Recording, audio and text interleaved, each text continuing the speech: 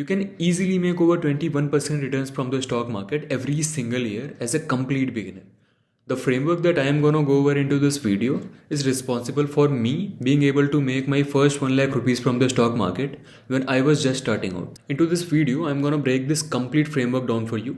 I'll be sharing my stock selection process, how to do fundamental analysis, how to do technical analysis, how to do risk management, and how to use this complete framework together. Right. So let's start with the video. We'll start with stock selection first. So the website that we are going to use to do stock selection is going to be screener.in. So what we are going to do is basically we are looking for companies that are market leaders in their segments, that are already posting good numbers. So how we are going to do is we have a few criteria for us. The return on capital employed for the company should be greater than 20%. Debt to equity ratio should be less than 0.25%, and the net profit of the company per year should be at least 200 crore rupees, right? So how we are going to filter out the stocks that fits these criteria? So what we'll do is we'll go to screener.in first. So this is the website, and we'll go to screens, then we'll create new screen, and here in this section we'll write ROCE, and this one, return on capital employed, it should be greater than 20, and net profit should be greater than 200. It's in crores by the way, and debt to equity should be less than 0.25. Right. So we'll run this query. Let's see how many stocks are going to get filtered in this criteria. So we got 195 stocks. We have Nestle, then P&G, Colgate, TCS, Coal India, Gillette. Lots of companies are there, right? But the problem with this list is banking companies are not present in this list. Because banks generally have higher debt to equity ratio, because the business model of the banks works that way. Banks borrow money from people and lends the same money on higher interest rate. So that's why the debt to equity ratio of the banks are higher. So what we are going to do for banks and NBFC companies are, we are just going to select top 5 companies from each sector according to their market cap. So the top banking company in India is HDFC Bank. So what we'll do is search for HDFC Bank and we'll go to peer comparison, right? This is the peer comparison. So these are the top 7 banks in India according to market cap. So we included this in our list, right? Similarly, we are going to search for Bajaj Finance.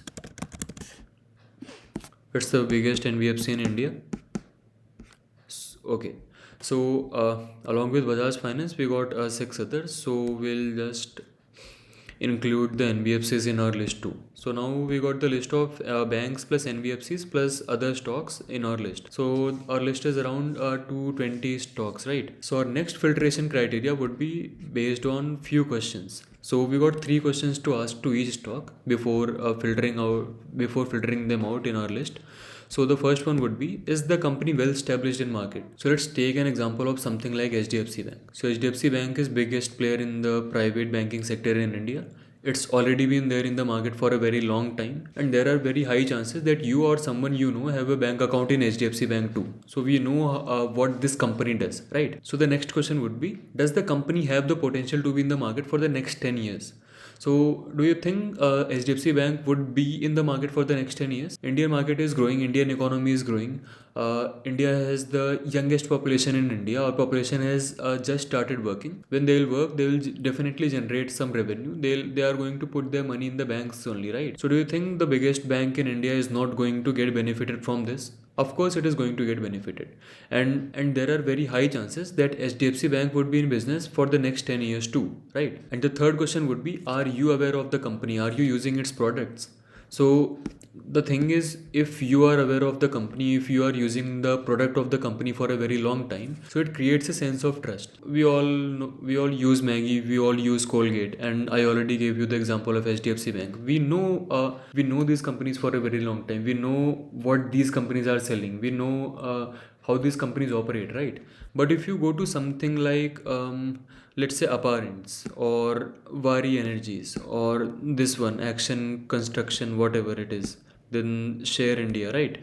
So you don't know what these companies does. So when the company will start falling after you bought it, you will just start getting panicked because you don't know what the company does. You don't know, maybe it can fall 50% the next day. Who knows? So you don't have the conviction to hold the company for a long time if you don't know what the company does, right? So these are the three questions that you have to ask to a company before you select the company further in your list, right? So after the selection, you have to make the list of 30-40 stocks, and let me show you. This is my list basically. This is my list of stocks that I have selected for me that fits well for me. Uh, these are the companies. I understand what they are doing. I understand how they are doing their business, right? So I have the conviction on to holding these companies for a long time. So if you want to get my list, I will be sharing it on the Discord. The Discord link would be in the description also. So stock selection process is done. Now what we are going to do is you have to do the fundamental analysis of the companies that you have selected. So what would be the criteria of fundamental analysis for us? Basically, we would go to screener.in again, and we just have two criteria to analyze the company fundamentally. We just have to check if the quarterly sales of the company is all time high and if the annual sales of the company is all time high. So what we'll do is we'll go to screener.in again, and okay, we'll take example of HDFC Bank again, and we'll enter. So fine, we'll scroll down, and here it is. So see how much the revenue of the company has been in the past few years. So in September 21 it was 33,000 crores, and in September 24 it is 83,000 crores. Is the revenue all time high? I think the company has never posted 83,000 crores revenue in any quarter before, right? So it's all time high, so it's good for us.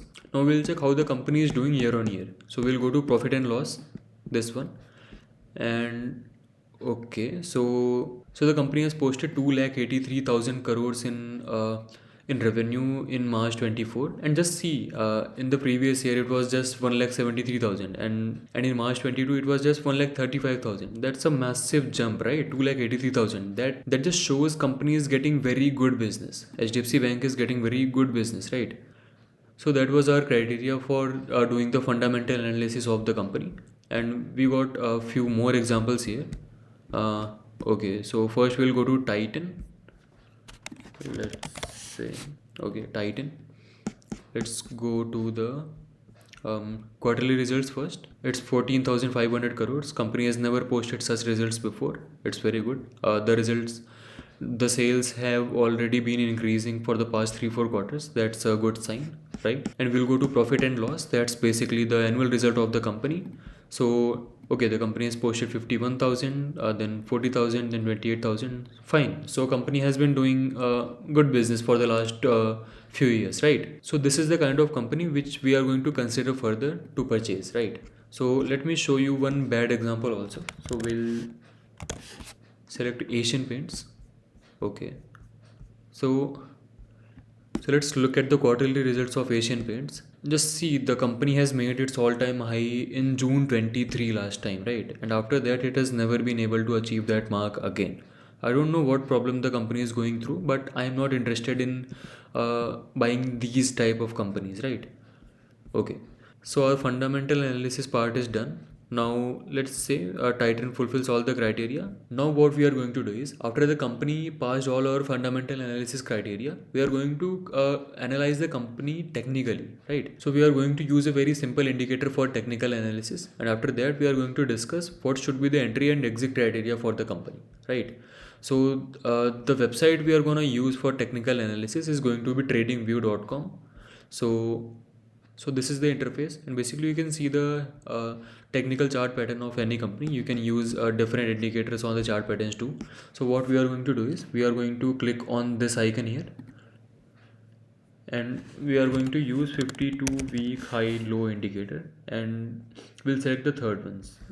It is posted by Sihan, whatever. So we'll select this indicator. Okay, so we got three lines here.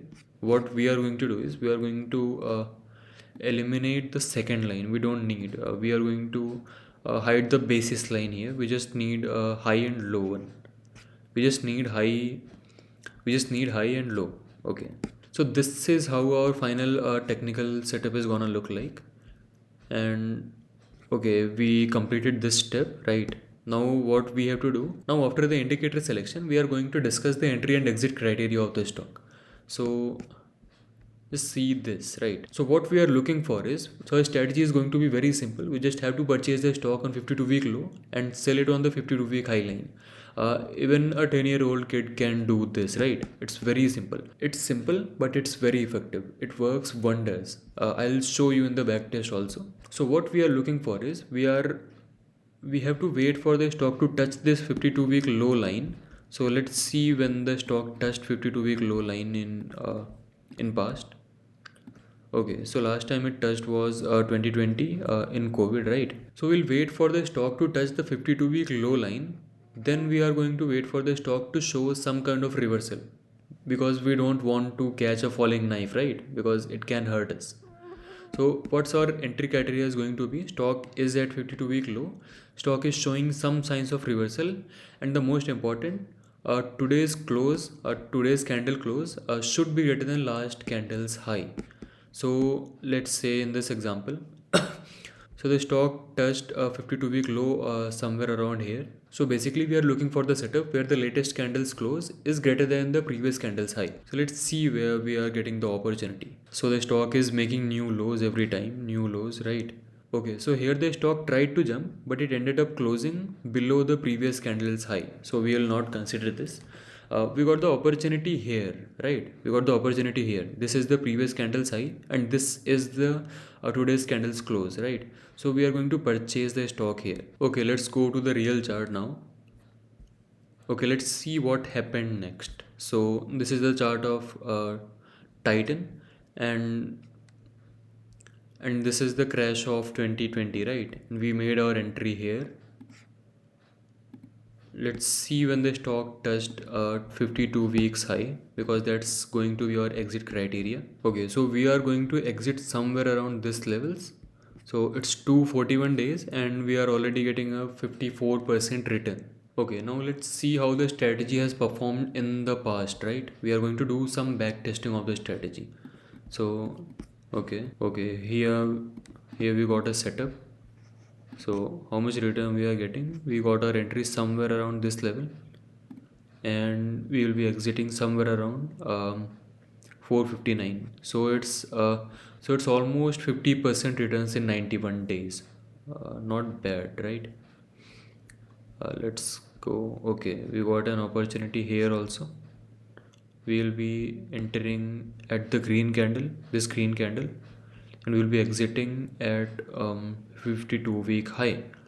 It's 17% in 115 days. Then again we got entry somewhere around here, and we exited somewhere around. Then again we got entry somewhere around here, and we sold here. It's 20% return in 266 days, right? So this is how the strategy performs. Let's try with some other stocks also. Let's try with some other stock now. We can take, let's say, Bajaj Finserv. Okay, let me delete all the drawings first. Fine. So just say how beautiful this strategy is performing, right? We got an entry here and we got an exit here. 14% returns in 84 days. Then we'll go back. Fine, we got an entry here, somewhere around here. We'll be entering at this level, and we are not going to exit at this level because it's not touching 52-week high. It touched 52-week high somewhere around here, but still it's 47% return in 515 days. It's not bad, right? Our aim is just to make 21% returns. We are already getting a lot better. And I'm not saying this strategy works 100% of the time. It's not a holy grail. If someone is claiming his strategy works 100% of the time, he's lying basically. Don't believe on the person, right? So this was in 2020. We got an entry at this level when the stock started bouncing back, right? And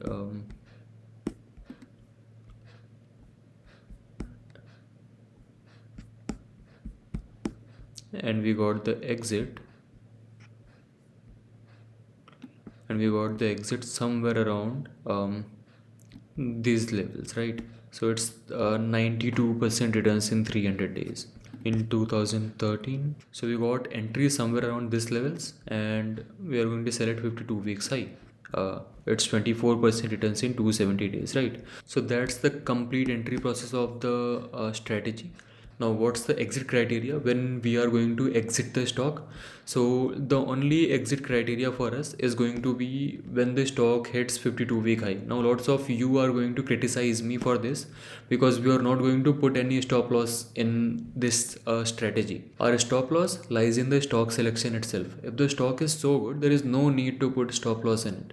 It will bounce back sooner or later. Maybe sometimes maybe it would take 90 days to hit the target. Sometimes it may take 300 days. Maybe in some cases it may take 500 days. But on an average, you would easily be able to make 21% returns every single year, right? So there is a re-entry criteria in the system also. So let's say the stock continues falling after we purchase the stocks, because the strategy is not holy grail. The stock can fall after our purchase, right? Let's say our first entry was somewhere around this levels, right? Somewhere around this levels, but the stock made new lows further after our entry. So what we are gonna do is if the stock falls further after our entry, so we'll wait for it to fall more than 10%. After it fell more than 10%, we are going to make an entry again, so we can purchase the further quantities of the stock at lower levels, right? So this is pretty much the entry and exit criteria of the stock. And now the most important thing, it's going to be the risk management. And the thing is, you can't make money in the stock market without following a proper risk management, without following a proper psychology, right? Even if you have the best strategy in the world, you are not going to make a single penny in the stock market if you don't have a risk management in check. So I'll come up with a very detailed video about risk management and position sizing somewhere in the future. So the thing is, it's stock market and no one can guarantee what is going to happen the next day.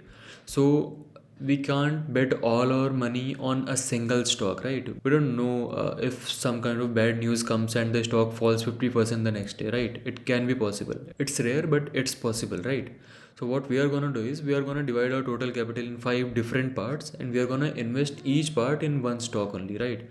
So we are going to have at least 4 to 5 stocks in our portfolio at a time. So by chance, if a stock is taking longer than usual to hit the target, so the rest 4 stocks will do their work, and overall it is going to average out the returns, right? So that's pretty much the position sizing part, and you don't have to miss this part, right? It is the most important part of whatever I told you till now, right? So you don't have to forget this thing. And one more thing, you should not have more than 2 positions in one stock. So if you are making a re-entry in the stock, make sure that you are re-entering the stock only once. If it further falls 10%, you don't have to touch the stock. You have to wait the stock to touch the 52 weeks high, right? And you have to maintain a trading journal. So basically you have to journal everything: when you are entering the stock, when you are exiting the stock, what was the quantity of the stock, what was the reason for you to buy the stock, why you sold the stock, right? Everything you have to maintain in the trading journal. So I will be coming up with a video about trading journal also in the future,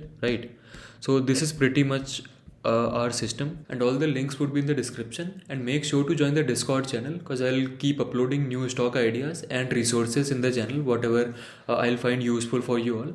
And you'll find a community of like-minded people, so we all can learn together.